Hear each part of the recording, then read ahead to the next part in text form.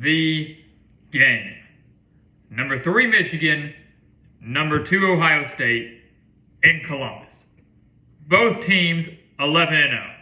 A Big Ten title berth and a possible college football playoff berth on the line. This is how the game should be played. This is how it should be. The biggest game of this weekend. One of the greatest rivalries in all of sport. This is how it should be played. This is the game. And we are here to break down today, guys, everything you need to know for Michigan, Ohio State on Saturday morning. What's going to happen? Who's going to win? We're about to break it down right here at the Gridiron Expert. So welcome back, guys, to the channel. We're so glad you could join us today. As always, please continue to like, comment, subscribe, share our videos, and of course, check out everything down in the description below, including our expert picks over on our website, thegridironexpert.com. Some of the best college football and NFL spread picks in the entire country, guys, hitting 62% of our bets this year, 80% on the money line. If you want guaranteed money right in your pocket for a full 365 days,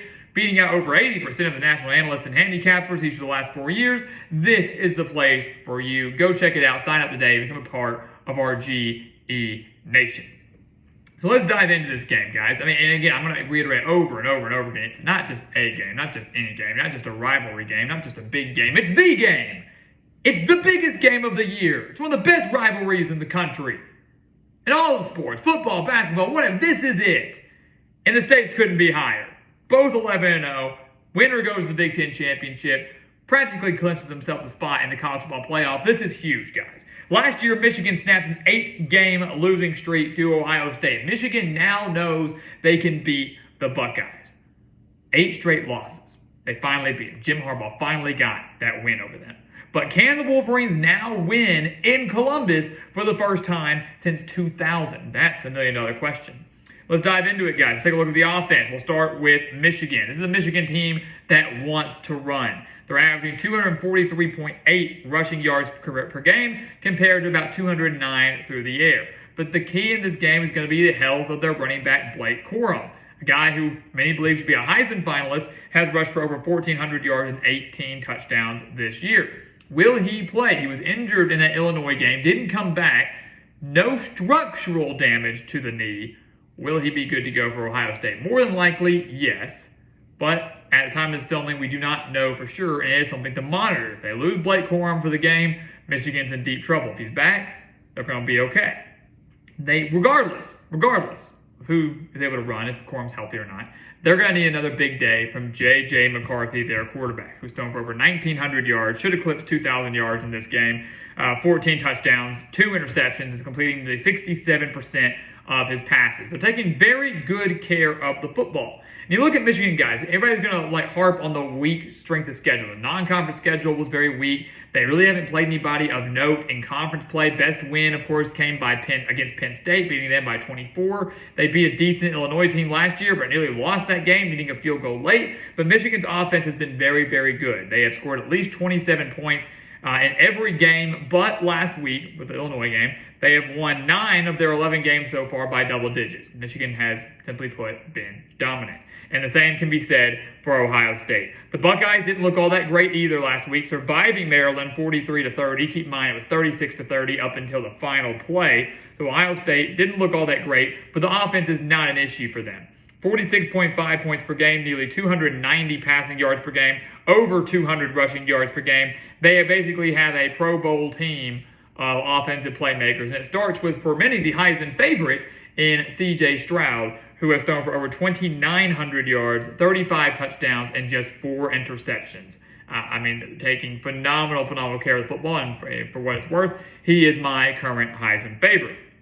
You look at the supporting cast. Marvin Harrison Jr. was not supposed to have this big of a season. Jackson Smith-Njigba was supposed to be the #1 wide receiver. He's been hurt practically the entire year. Someone had to step up. It was Marvin Harrison Jr., who has eclipsed over 1,000 reception yards and 11 touchdowns this year. You also have a guy like Emeka Egbuka, 914 yards, 8 touchdowns on the year. They have 3 players with at least 500 rushing yards, led by Mian Williams, 783 yards, 13 touchdowns on the ground. This Ohio State offense, guys, is loaded from top to bottom. They can't really be stopped. No one has really done a good job of slowing down this Ohio State offense. Arguably, their worst performance was probably what? Back in week 1 against Notre Dame? Arguably their worst performance offensively, maybe. And they still won that game rather convincing. Well, 11 points, 28-17, something like that. The defense for Michigan, though, guys, is going to have their hands full. Simply put, the defense for Michigan is going to have their hands full against arguably the best offense, at least one of them, in the country. Michigan, though, their defense is pretty dang good. They're giving up just 11.7 points per game. They're giving up just 241 yards per game, including just 161 through the air, less than 80 on the ground, 79.5 rushing yards per game. Michigan's defense is elite, guys. And many will point to the weak schedule. I would not look at that when it comes to these stats. I don't really care who you're playing. You've played 11 games, and these are your averages. Regardless of who you're playing, that is pretty dang good. What Michigan has to find a way to do is to force Ohio State to win it through the air. Obviously, C.J. Stroud and that core of wide receivers, they can do that. That's not going to be difficult for them. But if you're Michigan, you've got to make sure Ohio State becomes one-dimensional. You've got to make sure your ground game stays firm, holds Ohio State to about, under 120 rushing yards, for C.J. Stroud to win this game through the air. Because bottom line is, Ohio State is arguably the best offense that Michigan has seen all year, with the exception of maybe Maryland. Ohio State's offense definitely eclipsed Maryland. And in that game against Maryland, Michigan won 34-27. They forced 3 turnovers, but did allow nearly 400 yards. You look at Michigan a little bit deeper. They do have 31 sacks on the year. Ohio State has only given up 7 sacks. So that's something to consider there. Last year, they held Ohio State to 64 yards on the ground. 64 yards on the ground. I'm going to preach that again. Make them one-dimensional. Ohio State's team was great last year. The game was in Ann Arbor. Yes, it was cold and it was snowing and things like that. They held Ohio State to 64 rushing yards, and Michigan won 42-27. They've got to do it again. Michigan wants to win this game. They've got to find a way to limit the ground game for Ohio State and force C.J. Stroud to do everything by himself. When you take a look at Ohio State's defense, that was their issue last year, right? Ohio State's undoing last year was their defense. That's why they went out and hired Jim Knowles as their defensive coordinator, and it's worked out pretty well for them. This year, Ohio State giving up just 16.9 points per game, just 283 total yards per game, including only 107 on the ground. Again, Michigan wants to run the ball. I don't have faith in J.J. McCarthy to win the game solely through the air. So if Ohio State follows the recipe of Michigan and says, hey, we're going to bottle up your run game, we're going to force your quarterback to win the game solely through the air, it's over, Ohio State wins. Because I don't have faith in J.J. McCarthy to win the game solely through the air. Last year, Michigan won by 15. Michigan had 297 rushing yards against the Buckeyes. Ohio State could not stop the run. And if you look at some recent games, Ohio State has struggled lately against the run. They allowed 318 passing yards to Maryland. Okay, we know the secondary can be a little vulnerable, but we know Maryland has a good offense. We talked about that with Michigan. Ohio State gave up 150 rushing yards to Indiana. They gave up 206 rushing yards to Northwestern in that crazy weather game. They gave up 111 rushing yards to Penn State, including and gave up 371 through the air. 318 passing yards to Maryland, 371 to Penn State. Over 100 rushing yards in all those games that we just mentioned. Ohio State's defense has improved. Yes, it can be exploited. Yes, Ohio State won all those games convincingly, with the exception of Maryland. They won them convincingly. But all those teams are inferior as of now to Michigan. Even Penn State, who Michigan beat by 24.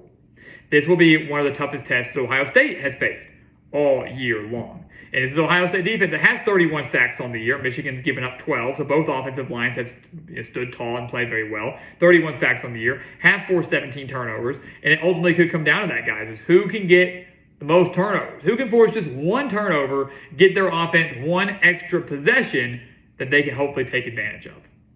Because ultimately, guys, Ohio State, to me, owns the offensive edge. Michigan owns the defensive edge. The game is in Columbus. Michigan has shown they're not really afraid to play in Columbus. They've played them close in Columbus before, though they haven't won there since 2000. Can all of that change this Saturday? That's the million-dollar question.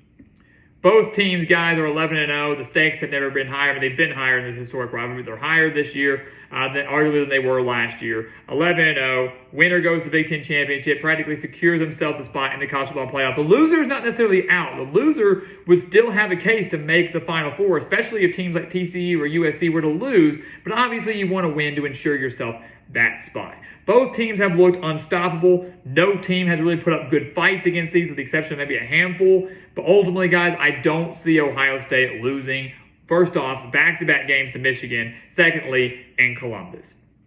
Home field advantage, I think, plays a major, major role in this game. Ohio State has not lost back-to-back games to Michigan since 1999 and 2000. It's the last time they lost back-to-back games to the Wolverines. I don't see that changing this year. Michigan's a dang good team. But ultimately, Ohio State's offense, the electricness of their offense is going to be too much for them to bear. Michigan's going to commit at least one, possibly two costly turnovers. Ohio State's going to take advantage of them. Home field advantage is key. The Buckeyes get revenge over Michigan after seeing their 8-game winning streak snap last year in Ann Arbor. The Buckeyes will win the Big Ten East. They will advance to the Big Ten Championship, and in doing so, practically clinch themselves a spot in the college football playoff. Michigan will be left to wait and hope for chaos. So guys, as always, thank you so much for watching us here at the Gridiron Expert on YouTube. Make sure to continue to like, comment, subscribe, share our videos, and of course, check out everything down in the description below, including our expert picks over on our website, thegridironexpert.com. Some of the best college football and NFL spread picks in the entire country for one of the lowest prices in the entire country. Go check it out. Take advantage of those. Become a part of our GE Nation and come make some money this holiday season. And once again, guys, as always, thank you so much for watching, and we'll see you next time right here on the Gridiron Expert.